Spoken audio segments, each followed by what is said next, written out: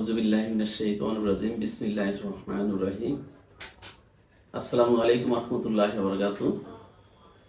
দূরে কাছে দেশে প্রবাসে যে যেখানে আমাদের সাথে যুক্ত আছেন, এএলজি লিমিটেডের পক্ষ থেকে জানাচ্ছি সাদর সম্ভাষণ। আমি মুজিবুর রহমান। আজকে আপনাদের সাথে এলসি নিয়ে কথা বলবো। এই এলসি সম্পর্কে অনেকেই জানতে চাইছেন এলসিটা কিভাবে করতে হয় এবং কোন ধরনের এলসি আমাদের জন্য সবচেয়ে বেশি ভালো হয়। এই এলসি নিয়ে একটু আজকে আলোচনা করব। এলসি এটা শাব্দিক অর্থে এটাকে বলে লেটার অফ ক্রেডিট, এটাকে ডকুমেন্টারি ক্রেডিটও বলা হয়, বাংলায় যাকে বলা হয় ঋণপত্র। আর এই সাধারণত এই লেটার অফ ক্রেডিট বা ঋণপত্রটা বিভিন্ন ক্ষেত্রে কিন্তু ইউজ হয়। এটা ব্যাংকের সাথে যেহেতু ডিল, ব্যাংক সাধারণত ঋণগুলো দিয়ে থাকে, যেমন হোম লোন, কার লোন। এই ক্ষেত্রে ব্যাংক কি করে, নগদ টাকা দিয়ে দেয়। নগদ টাকা দিয়ে দিলে উনি কি করে, এই টাকা নিয়ে কাজ করে। কিন্তু এই আমাদের এলসির ক্ষেত্রে সাধারণত নগদ টাকা কিন্তু এখানে দেওয়া হয় না। এখানে তিনটা পক্ষ কাজ করে, একটা আমদানিকারক প্রথম পক্ষ, আর রপ্তানিকারক দ্বিতীয় পক্ষ, এবং ব্যাংক এটা হচ্ছে তৃতীয় পক্ষ। এই ব্যাংকটা কি করে, রপ্তানিকারকের সাথে তার একটা ডিড হয়, আমদানিকারক এবং রপ্তানিকারকের সাথে ডিড হয় কিভাবে সে এই পেমেন্টটা সে করবে।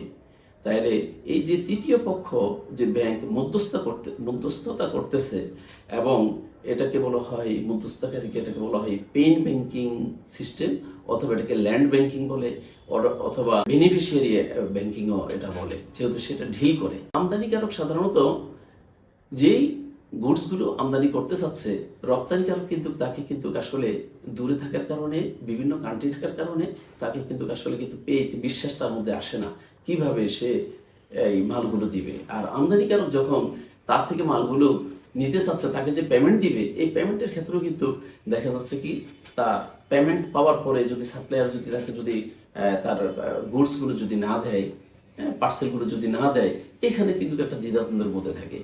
এই প্রেক্ষিতেই কিন্তু আসলে কিন্তু একটা তৃতীয় পক্ষ প্রয়োজন হয়, যেটাকে ল্যান্ডিং ব্যাংকিং বলি বা পেইন ব্যাংকিং বলি, অথবা যেটা বেনিফিশিয়ারি ব্যাংকিং সিস্টেম বলা হয়।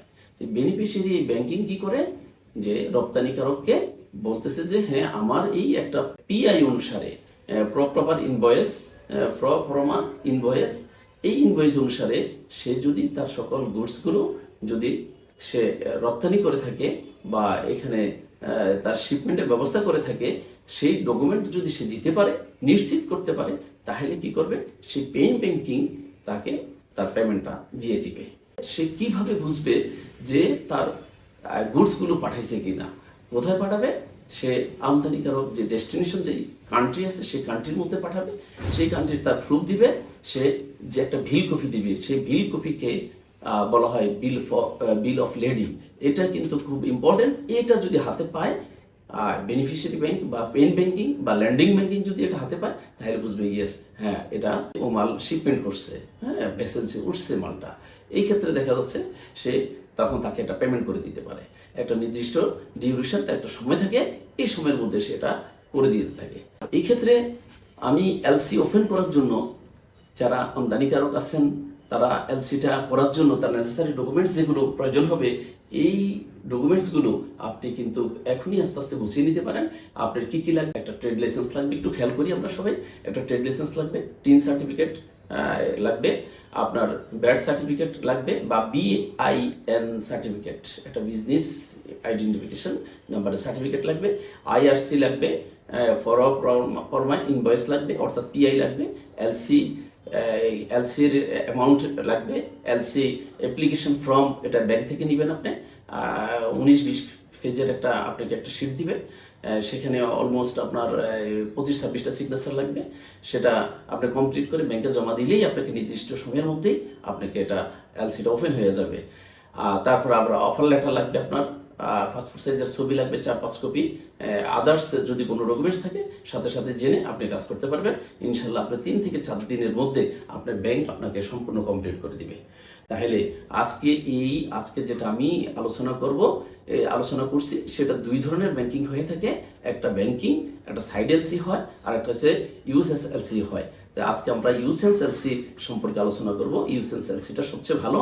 এই ইউসেন্স এলসিটা এটাকে বলা হচ্ছে part payment of sight, at sight বলা হয়।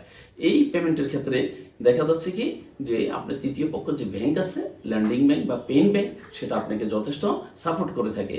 এই ব্যাংকিংয়ের একটা মেকানিজম হচ্ছে কি, সবচেয়ে বলে উইন উইন উইন সিচুয়েশন তৈরি করে। সে কেমন উইন সিচুয়েশন তৈরি করে, যেটা হচ্ছে আপনি আমদানিকারকও সেখানে লাভবান হয়, রপ্তানিকারকও লাভবান হয়, এবং যে মাঝখানে যে ব্যাংক আপনাকে উভয় পক্ষকে যে নেগোসিয়েশন করছেন সেই ব্যাংকও লাভবান হয়। এই জন্য আমি 3বার উইন কথা বলছিলাম, উইন উইন উইন মেকানিজম। তাহলে প্রত্যেকেই কিন্তু এখানে আসলে বেনিফিটেড হয়। এই কারণে আমরা এটাকে কি বলি, ইউপাস এলসি। এই এলসির মধ্যে আপনারা যদি কাজ করতে পারেন, আশা করি প্রত্যেকে বেনিফিটেড হবেন। আজকে অনেক আলোচনা হয়েছে এলসির, কিন্তু আসলে কিন্তু অনেক প্রকার ভেদ আছে বা বিভিন্ন সিস্টেম আছে। আজকে আমি একটা এলসি নিয়ে শুধু খালি আলোচনা করছি। যদি নেক্সট টাইমে আবার সুযোগ হয় বা কেউ যদি কোনো এলসি সম্পর্কে জানতে চান, আমরা নেক্সট টাইমে ওই এলসি নিয়ে ইনশাল্লাহ আলোচনা করব। সবাইকে ধন্যবাদ জানিয়ে আজকে এখানে বিদায় নিচ্ছি। যাদের কাছে আমাদের আজকের এই ভিডিওটা খুব প্রয়োজন মনে হচ্ছে বা খুব ভালো লাগছে, আপনি সেটাকে লাইক, কমেন্ট, শেয়ার করবেন এবং পাশে থাকা বেল আইকনটি টাচ করবেন। এতে করে আপনার পাশাপাশি আরো অনেকেই উপকৃত হবে। ধন্যবাদ সকলকে। আসসালামু আলাইকুম রহমতুল্লাহ।